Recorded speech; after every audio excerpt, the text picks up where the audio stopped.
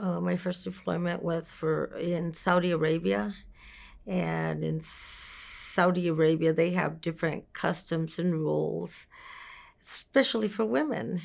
So the difficult part is that I could not drive myself anywhere, and I could not. If I was in town, I couldn't eat out in public.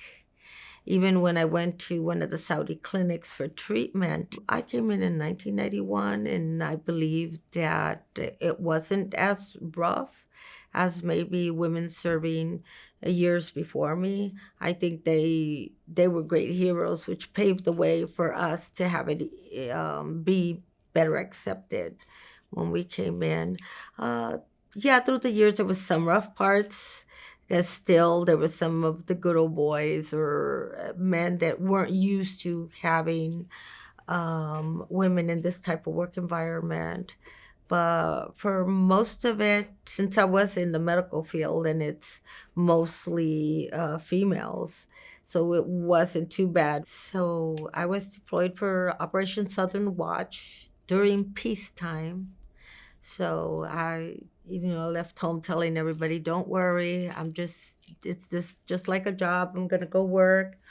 And then I'll be back when my deployment's over. However, I guess somebody in the Middle East thought differently. So we were in a compound called Khobar Towers in Saudi Arabia, and things were going normally. One night, it was about 10 o'clock at night, so it was kind of cooling down about 90, so that we could take a walk.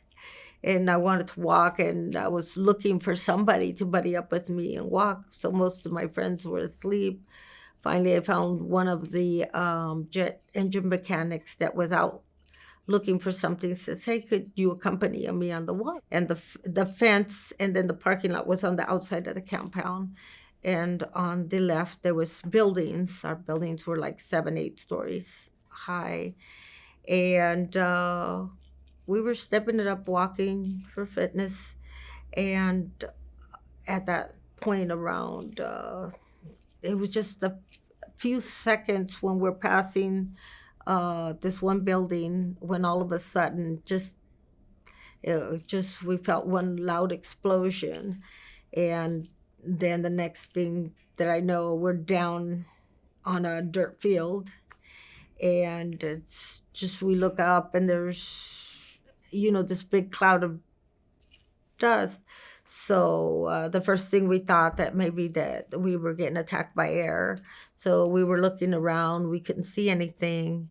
We couldn't get up at first because when the exploded, we just slammed to the ground, and then felt like it felt like somebody was holding me down, like like somebody was on my back, like I couldn't move. And then within seconds, then it felt like all the dirt around me was moving, and I just had dirt in my mouth and everywhere else, but still couldn't move. But I'm sure it felt for us that it was going real slow, and I'm sure it was a few seconds. Then we were able to get up, and we started to look around to see what's happening and where we could take cover. My injury, I had abrasions. Yeah, I fell forward, so I hurt my hips, and I had abrasions and bruises and other things to my body. It's I didn't get treated for another 2 days, so until I got treated, I didn't know the extent of the damage that had been done. Well, my time in uniform, it was a lifelong dream to serve my country.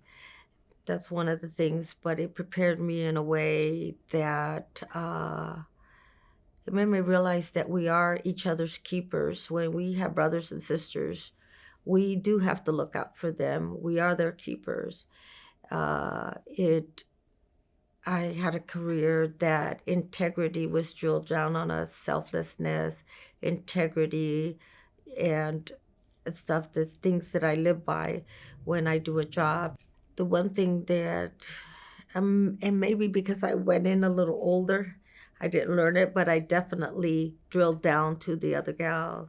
Is just remember everybody's fighting for all this equality, and you have to pull your weight.